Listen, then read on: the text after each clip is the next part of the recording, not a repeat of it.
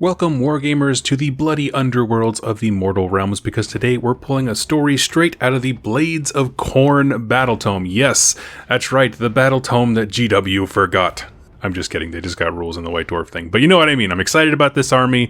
They could really use an update, and today's story is both going to highlight that, but also give us some great context for what they've been up to in the more recent timeline era. And this story is called War in the Underworlds, and comes right out of the Blades of Khorne battle tome. Seeking to stem the rising undead tide that threatens to overtake the mortal realms, blood legions and blood-bound tribes flow into the realm of death in ever larger numbers. The greatest of Khorne's military successes come from the Halost campaign, led by blood legions known as the Reapers of Vengeance and the War Hordes of the Skullfiend tribe. While the continuing conquest of territory around the chaos-held city of Gothazar is a boon to all the ruinous powers, other efforts, such as the invasion of Ossia, end in defeat for Khornate forces. In one of the last conflicts of the War for Lyria, at the Battle of Khorne, the bloodthirster Kazkan, commander of the Hellfire Legion, almost destroys Lady Olander, Nagash's newest Mortarch. Before he can land the final blow, the Greater Demon is driven back by Arkhan the Black and the Great Necromancer himself. Now, there is a lot to unpack with that story. It's sort of a yada yada yada thing. Like, if your country doesn't have that, basically, if you're trying to just list out a bunch of bullet points or skim something, sometimes we'll say like, oh yeah, Khorne went to Shyish and yada yada yada, he won this, yada yada yada, he lost that. It just means you're trying to like abbreviate things. And this story is basically that. They're just giving you some highlights of what Khorne is doing in Shyish.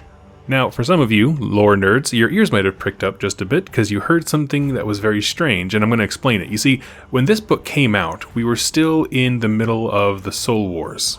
In fact, we were at a point where the Night Haunt had been released, but the Ossiarch Bone Reapers had not. Which means this book had to happen before Wrath of the Everchosen. And why do I say that? Because in this story, the city's fortress of Gothazar is held by Chaos forces.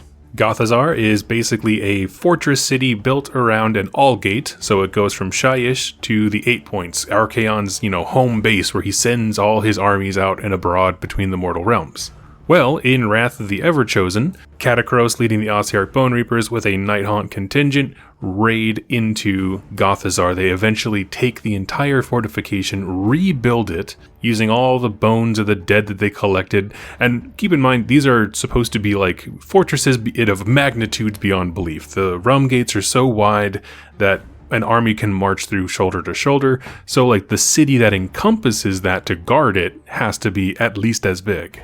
Catacross and Lady O come in, they destroy both fortresses, one on each side of the realm gate, take it, build up a necropolis kind of a thing, and then launch into the Wrath of the Everchosen campaign, which is Ossiarch Bone Reapers and Night Haunt going through the All Points. That's kind of a side tangent, but it does give our story some context as to its timeline, so this is with the idea that that has not happened yet. Now, one thing I didn't consider was the idea of the Halost campaign being their most successful campaign so far. Don't know a ton about Halost too much. We know it's in the prime innerlands of Shyish since the advent of the Necroquake, where there's a Shyish Nadir that is basically sucking the realm down into the center. Like, it's basically like the true death. We know that Halost is on the border of that. It's like parts of it are already starting to break apart at the seams. However, it's still a great place to find glory on the battlefield because it's just the most metal thing. Let's be honest. I don't have a reason. Like, nothing was put out there as like, only this resource exists in Halost. No, it's just like, this is a great place to go pick a fight, which is fair. Now, one of the battles that we have, and we have a map of Halost as well, but I'll show this picture up here. We have the Lyria and Halost both in the top left. So Halost was the most successful military campaign, and Lyria was also up there. Again, in one of the last conflicts of the War for Lyria at the Battle of Khorne, the bloodthirster Kazkan, commander of the Hellfire Legion, no information on that outside of this, almost destroys Lady Olander. Which actually paints a really interesting picture of this entire region. So, by the way, this comes from the Ossiarch Bone Reapers battle tome, I believe. So it's like their territory. Again, like I said, they weren't around then, but this is their whole region. their most successful military campaign, Halost, right next to a very, very opportune assassination attempt for a very important character in Lady Olander. That's a lot of success and failure in a very tight area.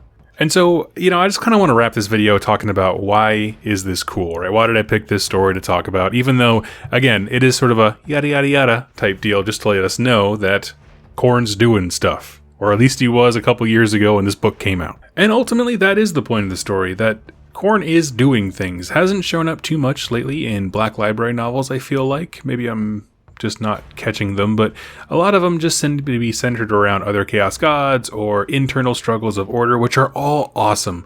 It's just, Khorne's just a great enemy. It really is just a classic faction to just be opposed to. So it is kind of a bummer that I feel like they're not as much represented anymore. But I like this idea of multiple small offensives. If you notice, the Halost campaign and the Lyria one, even though they're right next to each other, totally different factions involved, whereas there's mortals over in Halost where it's successful, and there's demons from the Hellfire Legion in Lyria where it fails.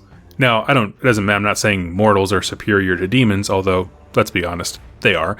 But rather, I'm saying these all they're coming at it from multiple angles, right? Just Khorne armies are trying to descend as much as possible on this region because something's not right. In the era when this came out, the something that wasn't right was that Nagash did this terrible spell and magic was now everywhere, which Khorne is opposed to, and he wants his legions to go put the necromancer in his place. And while we know what happened with Gothazar, we don't know about the other holdings of Halost, and I guess they didn't really win in Lyria, so maybe let's assume that Lyria fell, right? The Hellfire Legion fell apart or whatever. And I didn't have time to check the entire Ossiarch book to make sure that they didn't re-invade Halost, although I'm sure they would at some point. But really what I'm getting at is this idea that when Khorne wants to send influence to a region, it can come in a lot of different directions from a lot of different kinds of armies. And that was really cool to see in this story when they're trying to sum up like, yes, Khorne is involved in the Soul Wars. Here's how it happens. Multiple small offensives, all with a purpose. A campaign of dominating territory, assassinating leadership, that kind of thing. I also thought this would be fun to put together with the Wrath of the Everchosen timeline lore from earlier that I mentioned, because all it does is tell me is that Lady Olander has had a series of very bad days. Like, the other Mortarchs, they always just kind of like get away or like plot armor out of something. Like, no one really gets hurt between Manfred, Neferata, and Arcan. Catacross got struck down once, but his whole point is that his body is like rebuildable, so he's not worried about it. But like, Lady O has been punked so many times. She had to go toe-to-toe with this, Khorne Bloodthirster, who had her on the ropes. She had to fight Be'lakor one-on-one. She got smashed out of the sky in the Wrath of the Everchosen. Stuck married to a guy she doesn't like. And you know what? I'm going to say she deserves to be the most sour of all of the Warhammer characters. She's had it rough for a while. At the time of recording, we're staring down the barrel of a new Nighthaunt book, and I'm just going to say she deserves a win. Make her awesome.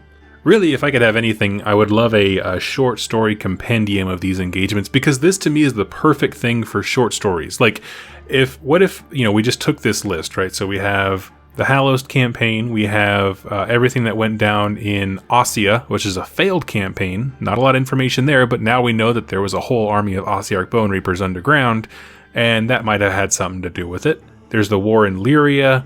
Like, those are 3 major engagements that all had varying degrees of success and failure. Like, that's perfect fodder for a short story series, right? Just give me like 3 to 6 short stories about each of those campaigns, what happened. Because in there, you can see a lot of different facets. They're fighting, obviously, a lot of undead. That could be everything from skeleton warriors in Halost, because they never actually mention who they're fighting. We know there's Nighthaunt in Lyria, which is where Lady Olander would be. And that battle would be the coolest because Nagash and Arcan themselves show up to put down this Bloodthirster. So that could be an incredibly powerful scene, right? When Nagash shows up, everything stops. And then there's the Ossia one that failed, and that would be kind of a cool one now in the future where we know about the Bone Reapers, but they in the story would have no context for these things. I think that would be a really fun one to read. Anyway, friends, I would love to know which of those stories do you think deserves its own Black Library book, if not a compendium of short stories. I would love to hear about it. Let me know your thoughts in the comments down below, and I will catch you next time. Thank you for watching, and happy wargaming.